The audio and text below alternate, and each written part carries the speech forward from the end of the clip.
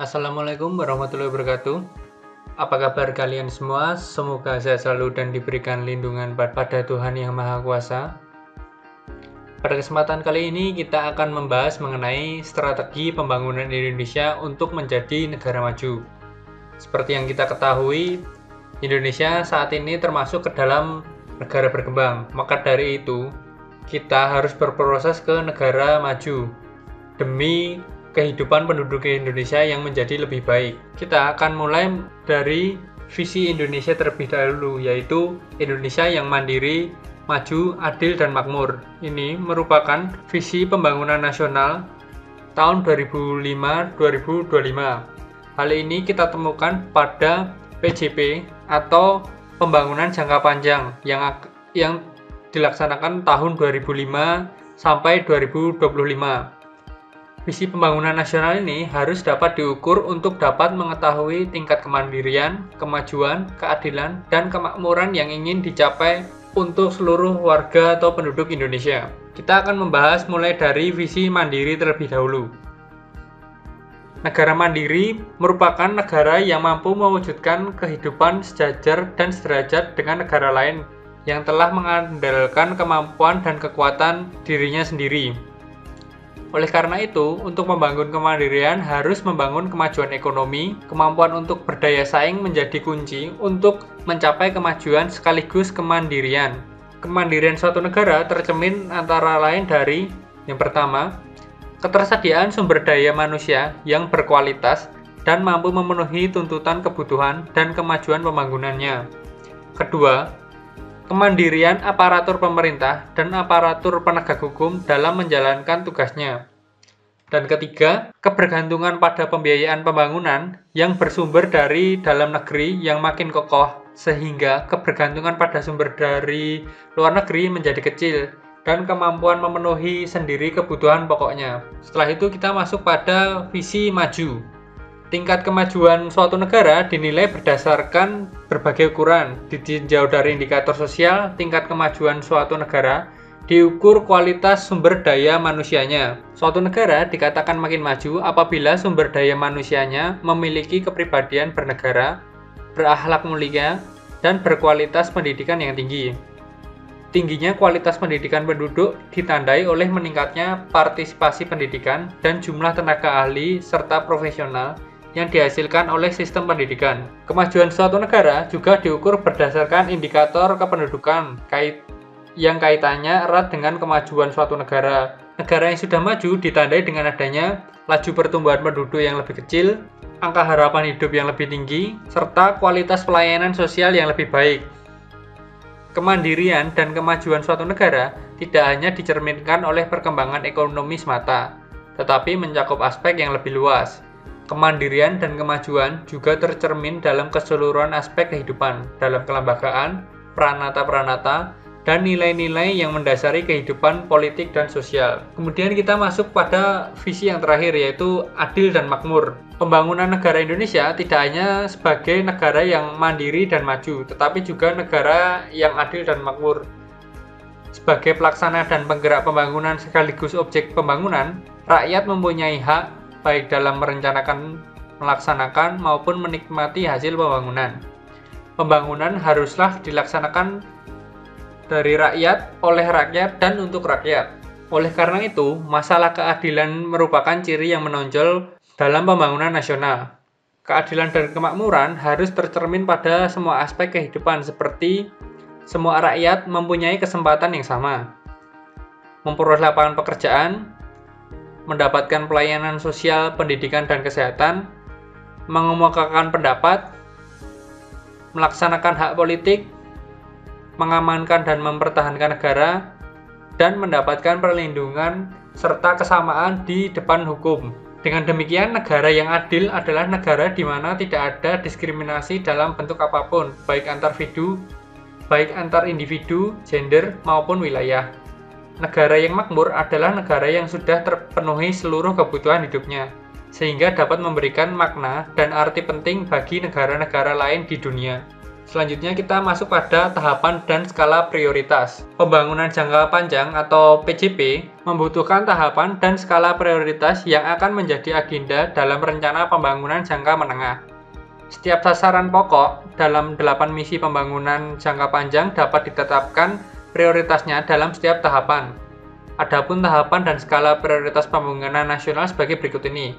Yang pertama ada RPJM ke-1 yang dilaksanakan tahun 2005 hingga tahun 2009 yang arahannya menata kembali dan membangun Indonesia di segala bidang yang ditujukan untuk menciptakan Indonesia yang aman dan damai serta adil dan demokratis. Selain itu, tingkat kesejahteraan rakyatnya juga harus meningkat. Yang kedua masuk pada RPJM kedua yang dilaksanakan pada tahun 2010 hingga 2014 dengan menekankan upaya peningkatan kualitas sumber daya manusia, termasuk pengembangan kemampuan ilmu dan teknologi serta penguatan daya saing perekonomian. Ketiga, masuk kepada RPJM ketiga yang dilaksanakan tahun 2015 hingga tahun 2019 dengan menekankan pencapaian daya saing kompetitif perekonomian berlandaskan keunggulan sumber daya alam dan sumber daya manusia yang berkualitas serta kemampuan ilmu dan teknologi yang terus meningkat. Terakhir masuk pada RPJM keempat yang akan dilaksanakan dari tahun 2020 hingga tahun 2024 dengan menekankan terbangunnya struktur perekonomian yang kokoh berlandaskan keunggulan kompetitif di berbagai wilayah yang didukung oleh SDM berkualitas dan berdaya saing. Kita akan fokus membahas mengenai RPJM keempat yang akan dilaksanakan mulai tahun 2020 ini hingga tahun 2024. Agenda pembangunan nasional dalam RPJMN atau Rencana Pembangunan Jangka Menengah Nasional tahun 2020-2024 meliputi 7 agenda, yaitu memperkuat ketahanan ekonomi untuk pertumbuhan yang berkualitas, mengembangkan wilayah untuk mengurangi kesenjangan, meningkatkan sumber daya manusia yang berkualitas dan berdaya saing, kemudian membangun kebudayaan dan karakter bangsa, serta memperkuat infrastruktur untuk mendukung pengembangan ekonomi dan pelayanan dasar, membangun lingkungan hidup, meningkatkan ketahanan bencana, dan perubahan iklim. Terakhir, memperkuat stabilitas Polhukam dan transformasi pelayanan publik. Kita akan membahasnya satu persatu, dimulai dari memperkuat ketahanan ekonomi untuk pertumbuhan yang berkualitas. Memperkuat ketahanan ekonomi untuk pertumbuhan yang berkualitas memerlukan peningkatan inovasi dan kualitas investasi merupakan modal utama untuk mendorong pertumbuhan ekonomi yang lebih tinggi, berkelanjutan, dan mensejahterakan secara adil dan merata. Pembangunan ekonomi akan dipacu untuk tumbuh lebih tinggi, inklusif, dan berdaya saing melalui pengelolaan sumber daya ekonomi mencakup pemenuhan pangan, pertanian, serta pengelolaan kelautan, sumber daya air, sumber daya energi, serta kehutanan. Dan akselerasi peningkatan nilai tambah agrofishery industri atau contoh penerapannya yaitu agroponik ataupun mina padi. Selain itu, kemaritiman, energi, industri, pariwisata, serta ekonomi kreatif dan digital. Setelah itu masuk pada mengembangkan wilayah untuk mengurangi kesenjangan dan menjamin pemerataan. Pengembangan wilayah ditunjukkan untuk meningkatkan pertumbuhan ekonomi dan pemenuhan pelayanan dasar dengan memperhatikan kesesuaian antara rencana pembangunan dengan pemanfaatan ruang.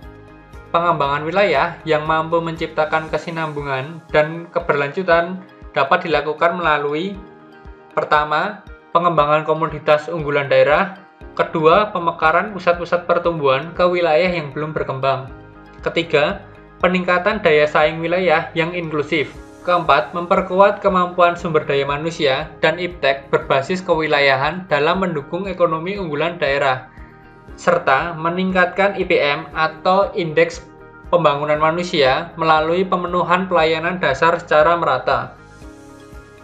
Meningkatkan sumber daya manusia yang berkualitas dan berdaya saing. Manusia merupakan modal utama pembangunan nasional untuk menuju pembangunan yang inklusif dan merata di seluruh wilayah. Pemerintah Indonesia berkomitmen untuk meningkatkan kualitas dan daya saing sumber daya manusia, yaitu sumber daya manusia yang sehat, cerdas, adaptif, inovatif, terampil, dan berkarakter melalui Pertama, pengendalian penduduk dan penguatan tata kelola kependudukan. Kedua, penguatan pelaksanaan perlindungan sosial. Ketiga, peningkatan akses dan kualitas pelayanan kesehatan menuju cakupan kesehatan semesta. Keempat, peningkatan pemerataan layanan pendidikan berkualitas. Kelima, peningkatan kualitas anak, perempuan, dan pemuda. Keenam, pengentasan kemiskinan. Dan terakhir ada peningkatan produktivitas dan daya saing. Masuk pada membangun kebudayaan dan karakter bangsa. Pembangunan karakter dilaksanakan secara holistik dan integratif dengan melibatkan segenap komponen bangsa melalui yang pertama, memperkukuh ketahanan budaya bangsa. Kedua, memajukan kebudayaan. Ketiga, meningkatkan pemahaman, pengamalan, dan penghayatan nilai agama. Keempat, meningkatkan kualitas dan ketahanan keluarga. Dan terakhir, meningkatkan budaya literasi. Masuk pada agenda memperkuat infrastruktur untuk mendukung pengembangan ekonomi dan pelayanan dasar. Perkuatan infrastruktur ditunjukkan untuk mendukung aktivitas perekonomian serta mendorong pemerataan pembangunan nasional. Pemerintah Indonesia akan memastikan pembangunan infrastruktur yang didasarkan kebutuhan dan keunggulan wilayah melalui: pertama, menjadikan keunggulan wilayah sebagai acuan untuk mengetahui kebutuhan infrastruktur wilayah. Kedua, peningkatan pengaturan, pembinaan, dan pengawasan dalam pembangunan.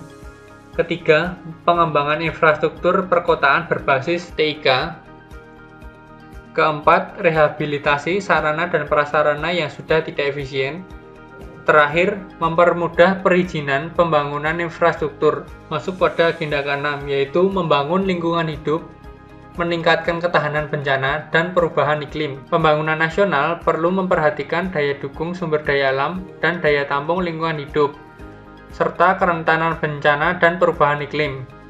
Pembangunan lingkungan hidup serta peningkatan ketahanan bencana dan perubahan iklim akan diarahkan melalui kebijakan peningkatan kualitas lingkungan hidup, peningkatan ketahanan bencana dan iklim, serta pembangunan rendah karbon. Masuk pada agenda terakhir yaitu memperkuat stabilitas Polhukam dan transformasi pelayanan publik. Negara wajib terus hadir dalam melindungi segenap bangsa, memberikan rasa aman, serta pelayanan publik yang berkualitas pada seluruh warga negara dan menegakkan kedaulatan negara.